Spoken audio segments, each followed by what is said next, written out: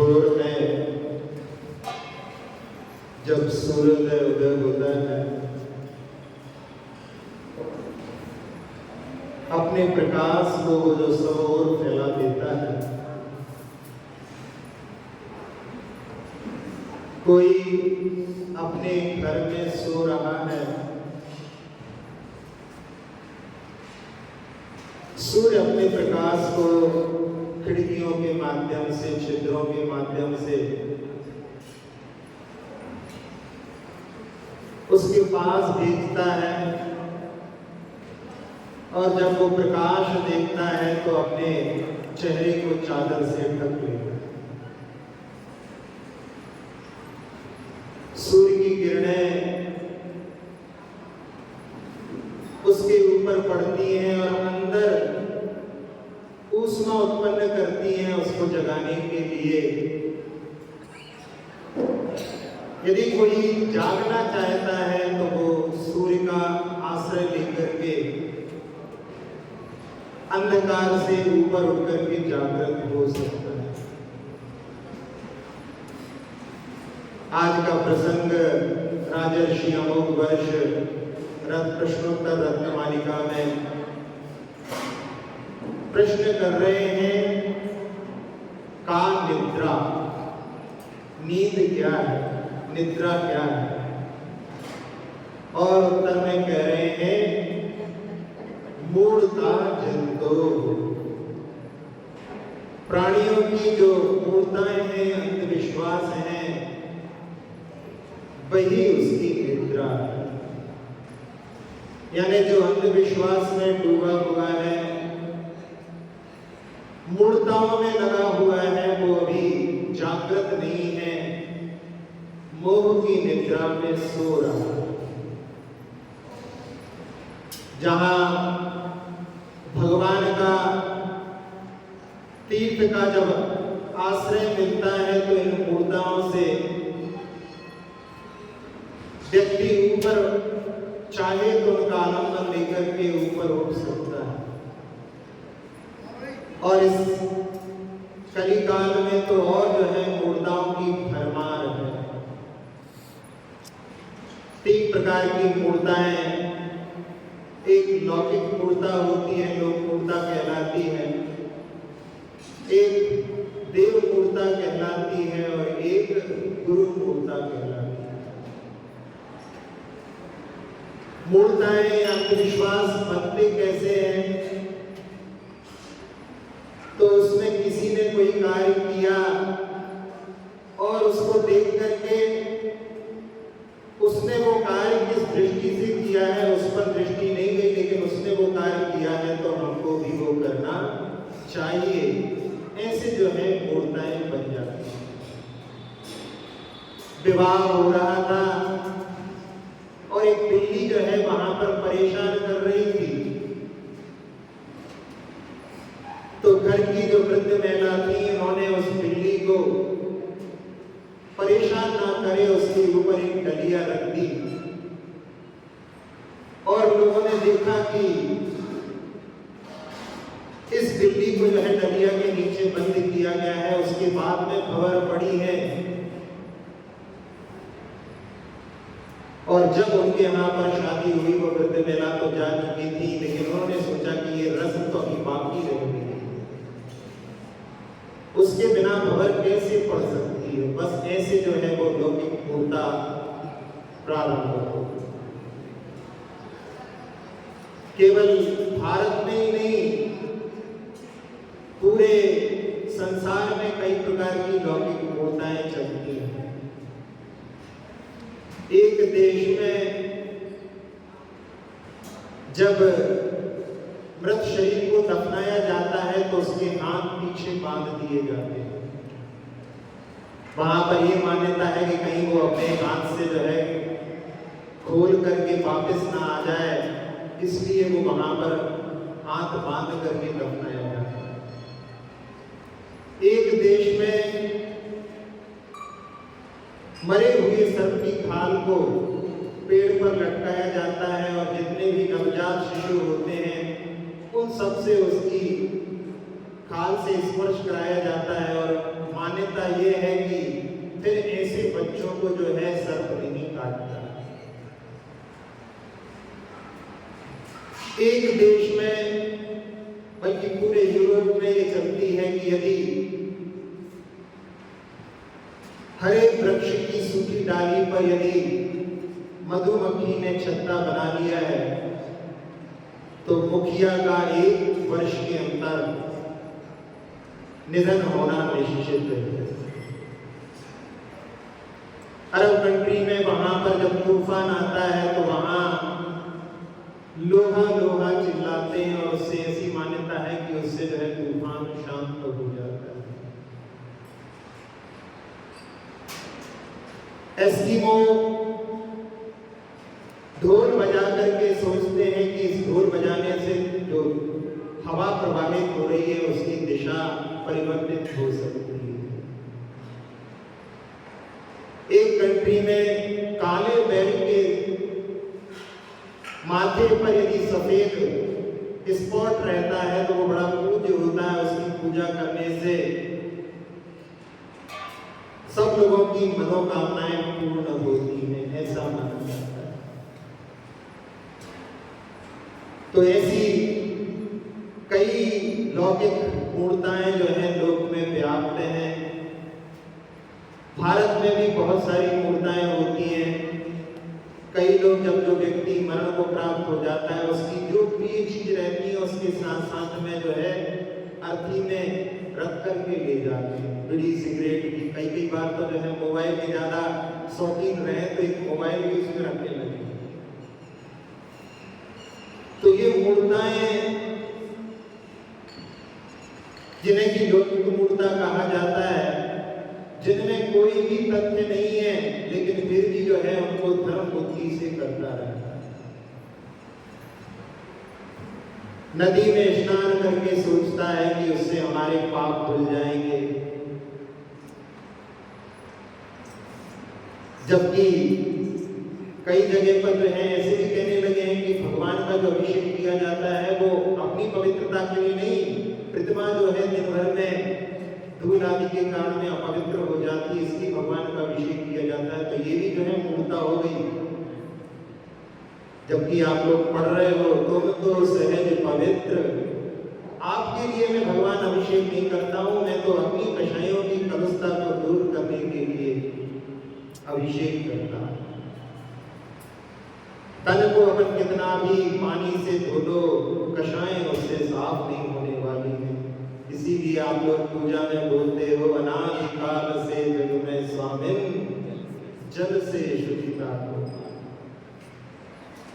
तो ऐसी लौकिक मान्यताएं जो चल जाती हैं उनमें जो है व्यक्ति धर्म बुद्धि से करने लगता है तो वो सब लोक मूर्ता के अंतर्गत आते हैं। एक व्यक्ति के हाथ में 5 उंगलियों में अंगूठी वर्षों से पहने हुए, पूछो तो बताता है एक जो है बॉस को खुश करने के लिए है, एक पत्नी को, एक बच्चे की तरक्की के लिए, एक स्वयं की तरक्की के लिए और एक लॉटरी के लिए। 20 साल से वो जीवन ज्यों का त्यों, लेकिन वो जो है चल रही है ऐसी मान्यताएं। जहां देव मूर्ता के बारे में कि जो देव का स्वरूप है वो ना समझ करके चाहे किसी को देवता मानने लगा। एक बाबा जी कहीं यात्रा पर जा रहे थे और उनके पास में गधा था, वो एक अपने सेवक को सौंप गए। अब सेवक सोचता है कि हमारे बाबा जी ने दिया है तो इसकी अच्छी सेवा करें, और जब उसकी आयु समाप्त हुई तो बाबा जी का गधा है तो उसकी जो है समाधि बना दी और लोग जो है वहां पर आकर के आराधना करने लगे। गधे की समाधि पर गधे लोग आराधना करने लगे और उनकी मान्यताएं पूर्ण होने लगी। ये समझदार तो जो है ऐसी चीजों में फंसते नहीं। मनोतियां जो है बुद्धू ही मनाते हैं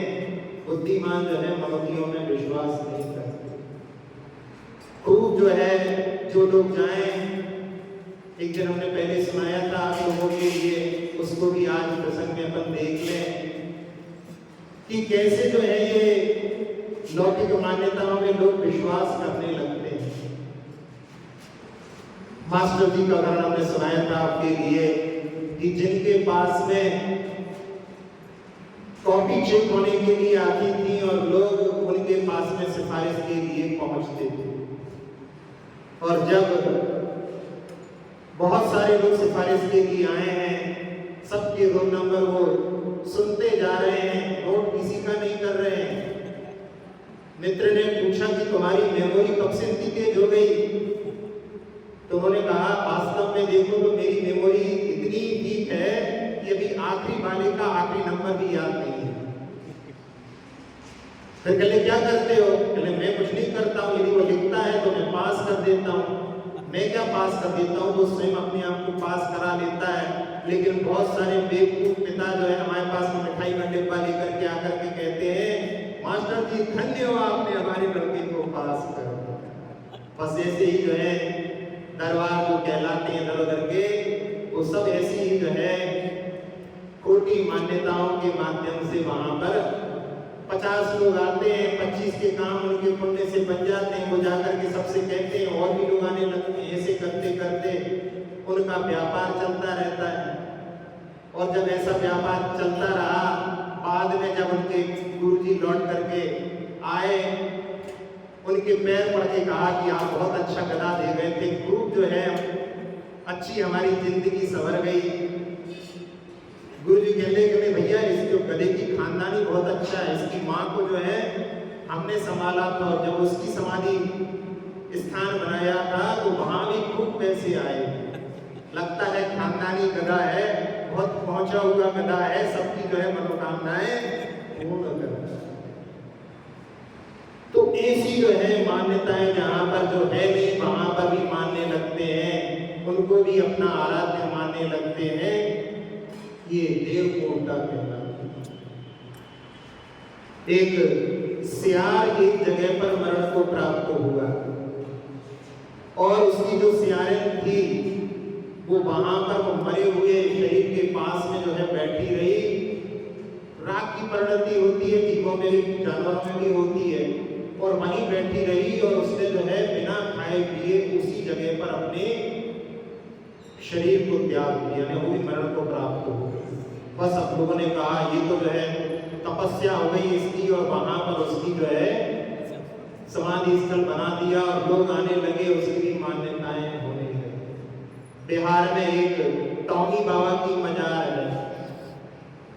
अंग्रेज एक संतान नहीं थी, एक कुत्ते को पाला और उसको बच्चे जैसा पालते थे, और जब उसका निधन हो गया, मरण हो गया, तो पुत्र से ज्यादा देव जैसा दुख वहां पर उसने प्रकट किया। और उनके यहाँ क्रिश्चियन में दफनाते हैं, दफनाया तो उसने एक स्थान बना दिया। वो तो जो है अंग्रेज वापस विदेश चला गया, अपने देश चला गया, और यहाँ पर उसके नौकर थे, वो जो है साल भर में एक बार फूल चढ़ाता था। उसको देख करके लोग आने लगे, और वो वहां पर जो है वो भी प्रसिद्धि को प्राप्त हो गए। टॉमी बाबा की मजार बिहार। तो ये क्या है? ये है देवमूर्ता।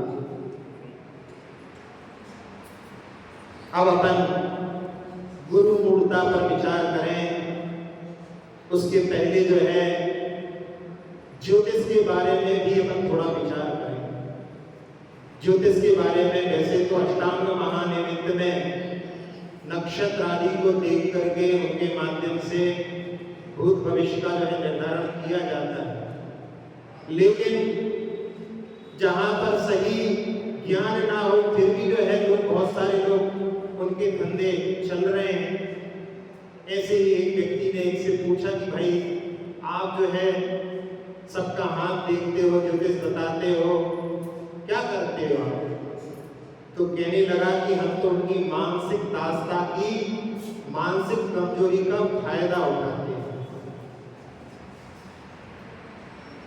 उदाहरण के रूप में उसने सुनाया कि एक बार हम गंगा के घाट पर गए हुए थे, और वहां पर एक व्यक्ति को हमने देखा वो जो है नहाने के लिए पानी में गया था, लौट करके आया और जो पैसे का बटुआ रख गया था उसने सोचा भाई चोरी तो नहीं हो गए। उसने खोल करके उनको जो है एक करके गिने और उसने बाद में वहां पर बताया गिनते समय 800 तरह पूरे हैं पूरे। ऐसा करके उसने जो है खोलते खोलते गिन रहा था तो वो हमारे कान में पड़ गया और हम उसके पीछे लग गए। वो रेलवे स्टेशन पहुंचा, हम भी पहुंचे। उसने जहां का टिकट लिया उसी दिशा में एक आध दो स्टेशन का टिकट हमने भी ले लिया और वो जिस बोगी में बैठा हम भी जाकर के बैठ गए। हमारी जो वेशभूषा थी पंडित की थी। किसी ने बगल वाले ने पूछा लगता है आप तो हाथ आदि देखते होंगे, तो ने कहा हमारा तो ये पेशा ही है। जिस व्यक्ति का हम पीछा कर रहे थे, जिसने जो है पैसे गिने थे, उस व्यक्ति ने मुझसे पूछा रे भैया ऐसे तो बहुत से मिल जाते हैं, हम तो तुम्हें जब माने पक्का तो बता दो हमारे बटुए में कितने पैसे। उसने कहा इसमें कौन सी बड़ी बात है। ऊपर बैग रखा हुआ था, बैग निकाला, उसमें से कागज में जो है खाने बनाए, कुछ नंबर लिखे और उनसे कहा इस पर हाथ रख करके बताओ।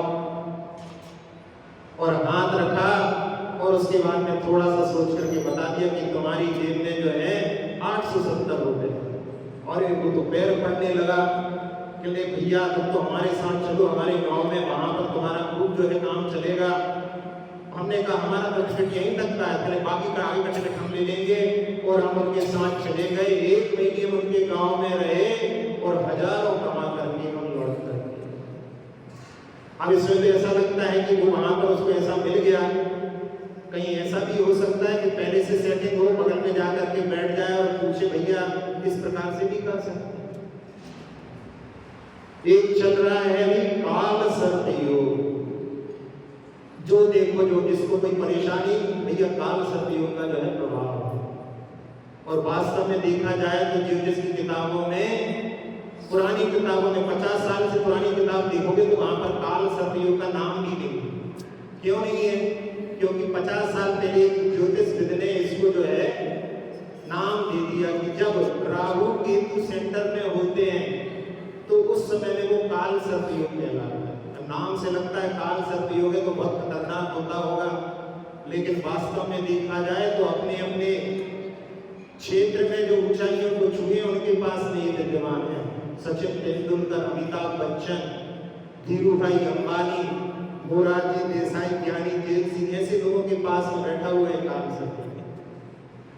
तो वो क्या उन्होंने उस समय में बता दिया और बाद में जो है उसको लेकर के लोग जो है कि बस बता दो भाई ये है और इसका जो है ये निदान है। तो लोग जो है ये भी जो है लौकिक मूर्ता के अंतर्गत अपन इसको ले सकते हैं, जहां पर कोई आधार नहीं है, फिर भी जो है लोगों को बेवकूफ बनाने के लिए जिस विधा को प्रयोग किया जाता है वो भी लौकिक मूर्ता, लोक मूर्ता के अंतर्गत ही है। ज्योतिष के ऊपर जिसको अच्छा ज्ञान हो उसके माध्यम से तो बड़े बड़े काम भी हो जाते हैं। एक नेवी चंदी पंडित जी थे, धौलपुर के रहने वाले थे और आरा में जहां पंडिता चंदाबाई ने उनको आश्रय दिया था, वो जैन ज्योतिष के बहुत अच्छे ज्ञाता थे। राधा कृष्णन जो प्रेसिडेंट थे उनके लिए किसी ने बताया कि एक जैन ज्योतिष भी होता है और उनको किसी काम के लिए आवश्यकता थी मुहूर्त आदि निकालने की। उन्होंने वैदिक ज्योतिष को भी बुलाया और पंडित जी को भी बुलाया और दोनों से कहा कि इसका मुहूर्त निकालो। दोनों ने मुहूर्त निकाला, दोनों का अलग अलग मुहूर्त था और उसमें जो वैदिक ज्योतिष था वो वहां पर फेल हो गया, जैन ज्योतिष सफल हो गया। तो उन्होंने जो है पंडित जी का सम्मान भी करवाया। तो ज्योतिष के बारे में ये कैलकुलेशन है, इसका अच्छा कोई ज्ञाता हो तो सही भी बता सकता है, लेकिन यदि नहीं ज्ञाता है, केवल जो है चाहे तो किसी को ठग भी सकता है। एक बार एक जगह पर तालाब के किनारे दो पंडित बैठे हुए थे टीका लगा करके और एक माँ वहां पर पहुंची घोड़ा लेकर के और उसने उनसे पूछा, लगता है पंडित है, हमारा बच्चा जो है खो गया है, वो कब वापस आएगा? और ऐसा ही बोलते हुए उसका जो घड़ा जो है चटक करके टूट गया, सारा पानी बह गया, तो घड़ा नीचे गिर पड़ा। एक उसमें से बोला कि अब जो एक घड़ा बता रहा है कि अब तुम्हारा बेटा आने वाला है। दूसरा बोला कैसे बोलते हो, तुम्हारा बेटा आ चुका है, घर जाकर के देखो, घर में बैठा है। यहाँ पर पानी जो है पानी में मिल गया है, मिट्टी मिट्टी में मिल गई है, ऐसे जो तुम्हारा घर पे जो है लड़का आ गया। और जाकर के उसने देखा तो वास्तव में उसका लड़का वहां पर आकर के चबूतरे पर बैठा हुआ। अब देखो दोनों की जो है स्थिति, तो सही ज्ञान ना होने के कारण में जो है वही विधा जो है किसी के लिए हानिकारक भी हो सकती है। यदि सच्चा ज्ञान है तो उसके माध्यम से भविष्य भूत आदि के बारे में भी निर्धारण करने वाली हो सकती है। तो अपन लोक मूर्ता और देव मूर्ता को देख चुके थे। अब गुरु मूर्ता के बारे में अपन विचार करें तो बहुत सारे संसार में ऐसे तांत्रिक आदि मिल जाते हैं जिनके पास में लोग अपनी समस्याओं को लेकर के पहुंच जाते हैं और ठगे जाते हैं। एक जैन परिवार छत्तीसगढ़ का एक तांत्रिक के पास गया और उससे कहने लगा कि हमारी जो है बेटियों का संबंध नहीं हो रहा है, जितने भी संबंध होते हैं वो सब जो है थोड़े दिनों में टूट जाते हैं। तो उसने कहा कि तुम्हारी जो है लक्ष्मी के ऊपर किसी की नजर है, छाया है, उसको दूर करना पड़ेगा। वो उसकी बात में आ गया और उसको अपने घर में लेकर के आ गया। उसने पूरे घर को देखा और फिर बाद में कहने लगा जहां पर तुम्हारी लक्ष्मी तिजोरी है वहां पर ले जाओ।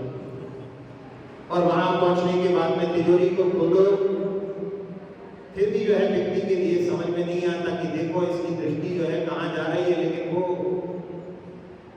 मोहित होकर के उससे कहा ठीक है खोल दी और सारी दौलत को बाहर रखो, और वो अपनी जो है क्रियाएं प्रारंभ करने बैठ गया। पानी जो है पीने के लिए उसने सारा किया, वो पानी लेकर के आया, 2 गिलास पानी लेकर के आया और उसमें कुछ ऐसे करते ये काम करना है वो काम करना है, और उसने उसके पानी में कुछ डाल दिया और दोनों ने साथ साथ में पानी पिया। वो सोच रहा है कि दोनों पी रहे हैं, कोई बात नहीं होगी। पहले कह दिया था कि अनुष्ठान जब तक चलेगा तब तक कोई भी बाहर का घर का यहाँ पर नहीं आएगा। और जब वो बेहोश हुआ, सारी की सारी दौलत खुद जो है तिजोरी खोल दी है, तो फिर अब कौन रोकने वाला था, और वो लेकर के सारी जो है दौलत वहां से भाग गया। एक व्यक्ति जिसके घर में दीमक का जो है प्रकोप हो गया, खाद्य सामग्री में भी दीमक, सब जगह दीमक, कपड़ों में भी दीमक, परेशान हो गया, पहुंच गया।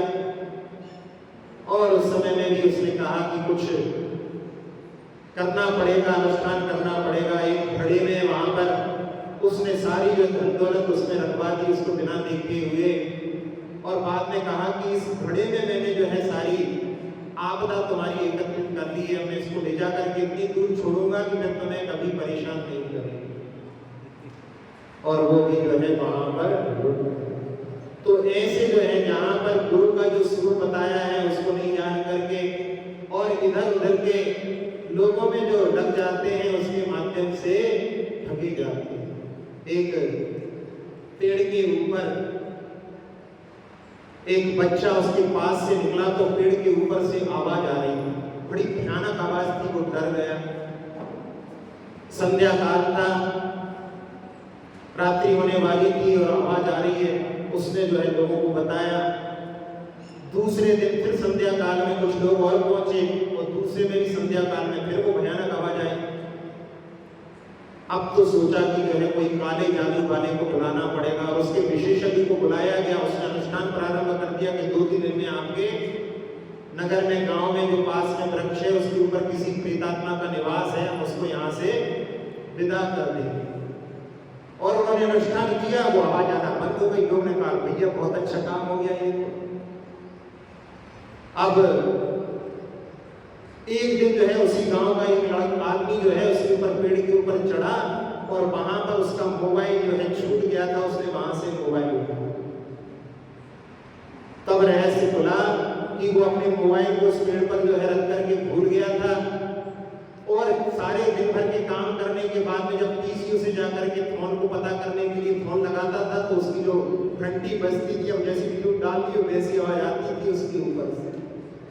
और जब वो डिस्चार्ज हो गया तो कितना ही फोन लगाओ, कितना ही कुछ करो, आवाज आना नहीं है, तो वो जो है वहां पर काले जादू के जो विशेषज्ञ थे वहां पर कि मैंने जो है प्रीताप खां को यहाँ से विदा।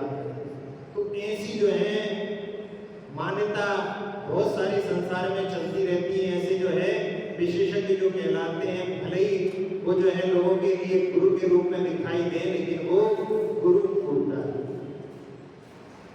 एक अभी कुछ दिनों पहले उत्तर प्रदेश में एक व्यक्ति ने पीतल की मूर्तियों को जमीन के अंदर से निकाल करके, और ये जमीन से निकले हैं और पास की लोग पूरी जनता उमड़ पड़ी, खूब चढ़ावा चढ़ रहा है।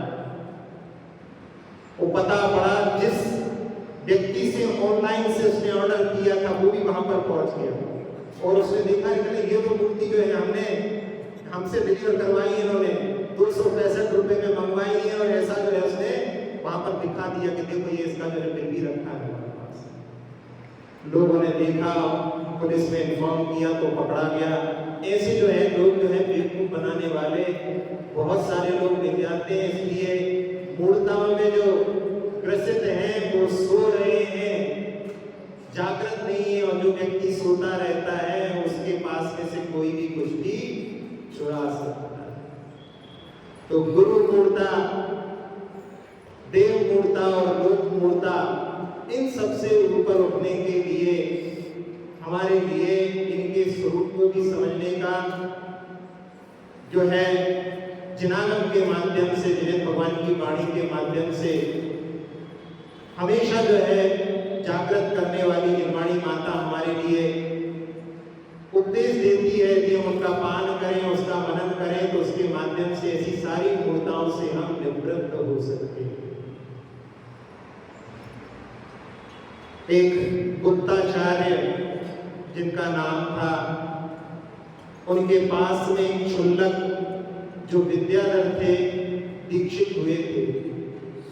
और विद्याधर यदि दीक्षित होते हैं तो यदि मुनि बनना चाहते हैं तो उनको सारी विद्याएं छोड़ना पड़ती हैं, लेकिन क्षुल्लक यदि रहते हैं तो कुछ विद्याओं को अपने पास में रख सकते हैं, कहीं आना जाना हो तो उसका प्रयोग को कर सकते हैं। वो विद्याओं के माध्यम से करते हैं, उससे किसी की जो है हानि नहीं होती।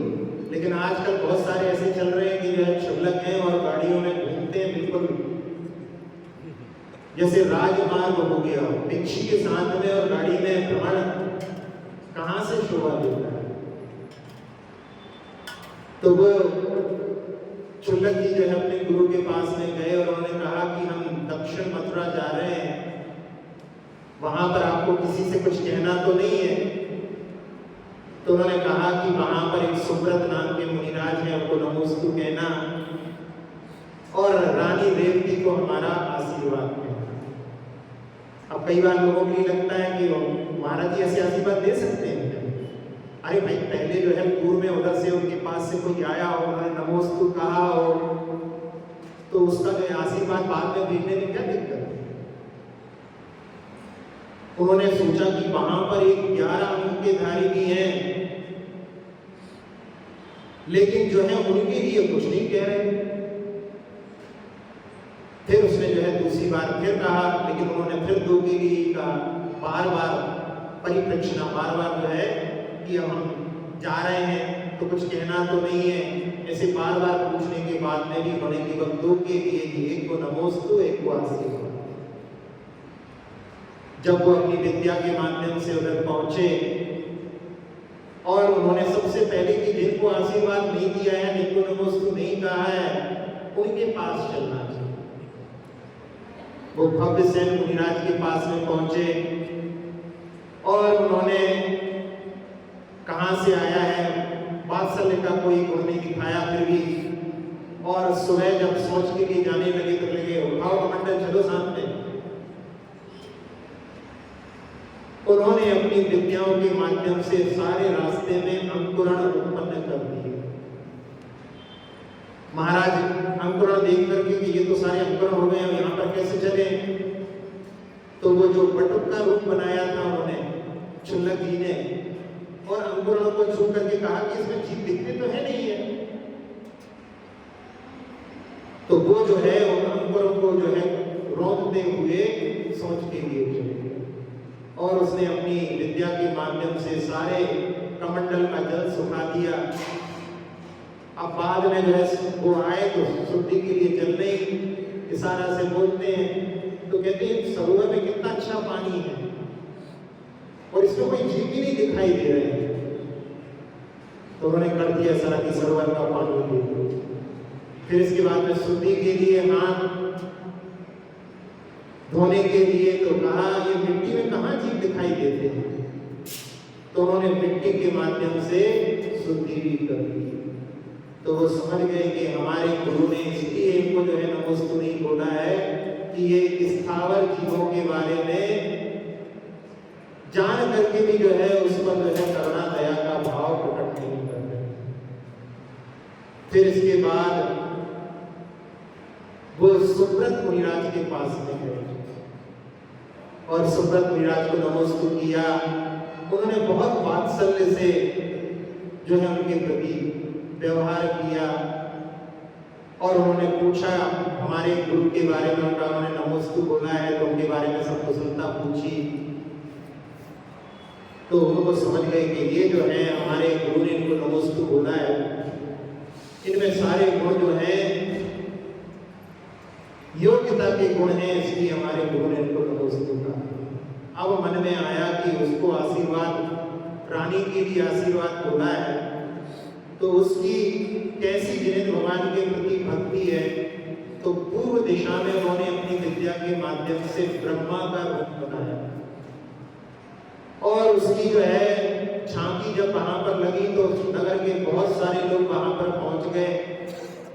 रानी रेवती के लिए भी खबर आई, तो रानी रेवती ने कहा कि आदि ब्रह्मा तो बहुत पहले मुक्ति को प्राप्त हो गए हैं, और जिनको ब्रह्मा कहा जाता है ऐसे तो उनका एक ही मुख था, और देवी जो है स्वर्ग से आई थी उसके नृत्य को देखने के लिए उन्होंने अपनी तपस्या को दे करके इधर भी मुख बना लिया उधर भी मुख बना लिया।